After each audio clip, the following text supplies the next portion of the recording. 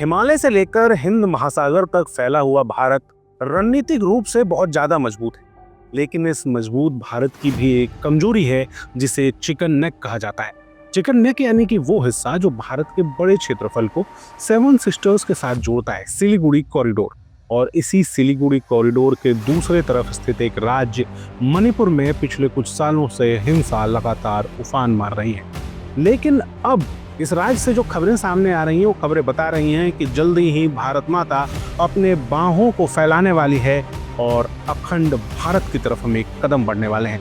नमस्कार, मैं सौरभ कुमार, आप देख रहे हैं आयुध। आज के वीडियो में बताएंगे कि आखिर कैसे भारत माता ने अपनी बाहें फैलाई हैं।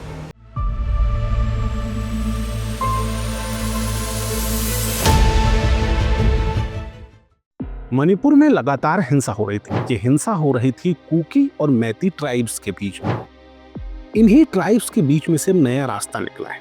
म्यांमार जो देश है कोने में लगा हुआ, वहां पर भी लंबे समय से गृह युद्ध चल रहा है और ये गृह युद्ध चल रहा है कुकी चेनी विद्रोही और वहां के सेना शासन के बीच। इसी म्यांमार से भी एक चौंकाने वाली खबर आई जब भारत के इंटरवेंशन से वहां के जो कुकी चेन रेबल्स हैं, जो वहां की सैन्य सत्ता के खिलाफ लड़ रहे हैं, उनके बीच में समझौता हुआ। क्या वो अलग अलग छोटे छोटे ग्रुप्स में बटे हुए थे, उनके बहुत सारे ग्रुप्स एक साथ एक टेबल पर बैठे और वो टेबल रखी गई थी मिजोरम की राजधानी में।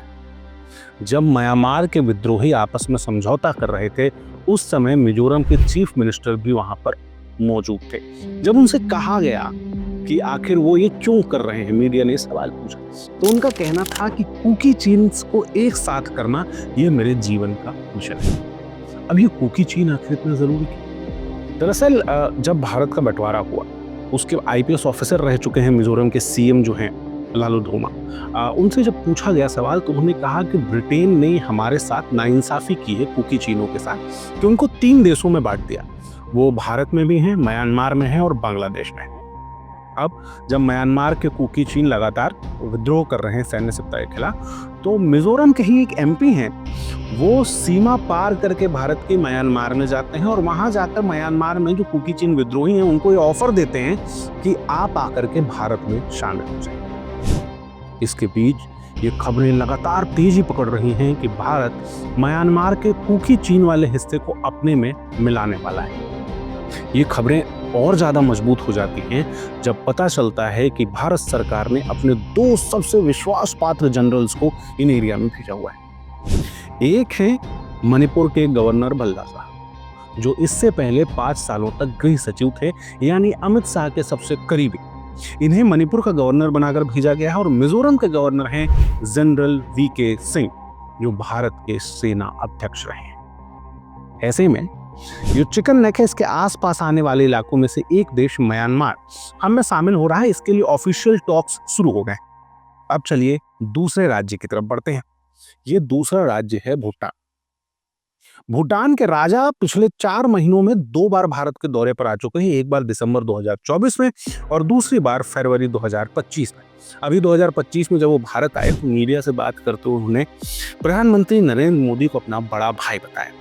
मेरे बड़े भाई, आपने अपनी बुद्धिमानी, साहस और करुणा से भरे नेतृत्व से भारत को केवल 10 ही वर्षों में प्रगति की पथ पर अग्रसर किया है। और कहा कि भारत और भूटान के रिश्तों के लिए जो भी ठीक हो सकता है वो हम करेंगे। ना सिर्फ भूटान के राजा लगातार भारत आ रहे हैं, बल्कि भूटान के बड़े ऑफिशियल्स, वहाँ के सेना के प्रमुख, वहाँ के प्रधानमंत्री, वहाँ के न्यायाधीश, वो भी लगातार भारत का दौरा कर रहे हैं। जिसके बीच में धीरे से खबरें चलनी शुरू हो गई हैं कि क्या भूटान और भारत के बीच में कुछ बड़ा होने वाला है। जिस तरह भारत चीन से अपने सीमाओं को लेकर विवाद में है, उसी तरह भूटान के ऊपर भी चीन का दबाव है लगातार सीमा बदलने के लिए। और भूटान बहुत छोटा सा देश है। ऐसे में भूटान का सबसे ज्यादा विश्वस्त कौन है?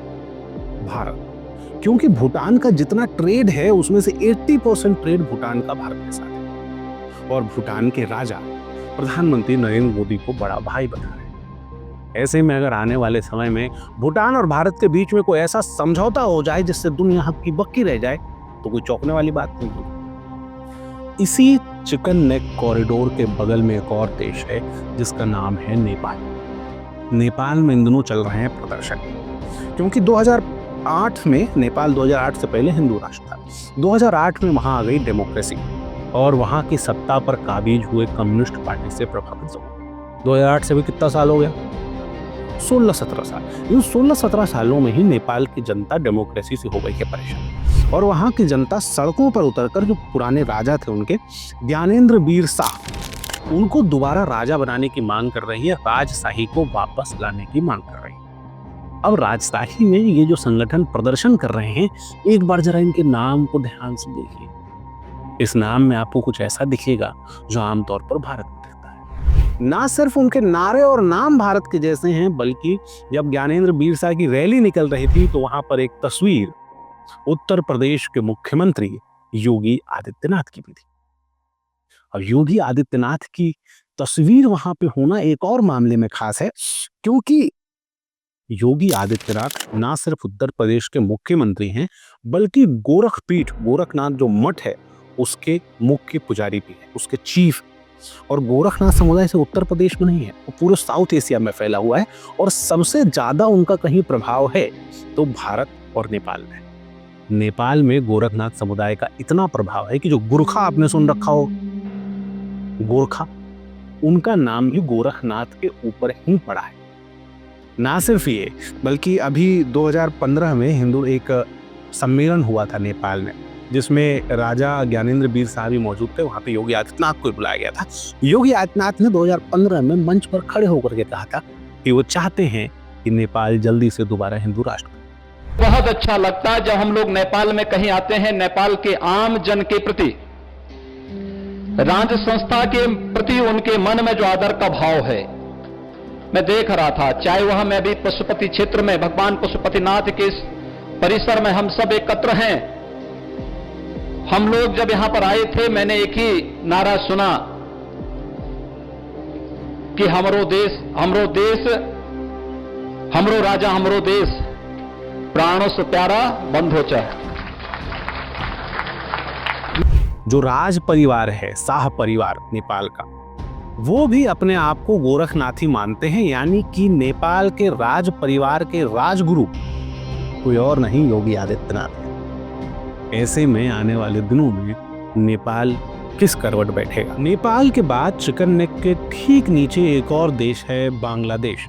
बांग्लादेश में इन दिनों खूब अफरा तफरी मची हुई है, लंबे समय से हम देख रहे हैं। वहाँ की प्रधानमंत्री को अपना देश छोड़ के भारत में शरण लेना पड़ रहा है। जैसे ही म्यांमार और भारत के बीच का समझौता होगा, वैसे ही एक दबाव बांग्लादेश के ऊपर भी आएगा, क्योंकि जिस चिनकू की रेबल्स की बात हो रही है, उनका एक हिस्सा बांग्लादेश में भी है और वो भी बांग्लादेश की सरकार से खुश नहीं है, लगातार रेबल करते रहते हैं। ऐसे में अभी जब हाल फिलहाल में अमेरिका के दौरे पर भारत के प्रधानमंत्री गए थे, तो अमेरिका के राष्ट्रपति डोनाल्ड ट्रंप ने पूरी मीडिया के सामने कहा था कि बांग्लादेश को लेकर के क्या करना है वो नरेंद्र मोदी डिसाइड करेंगे।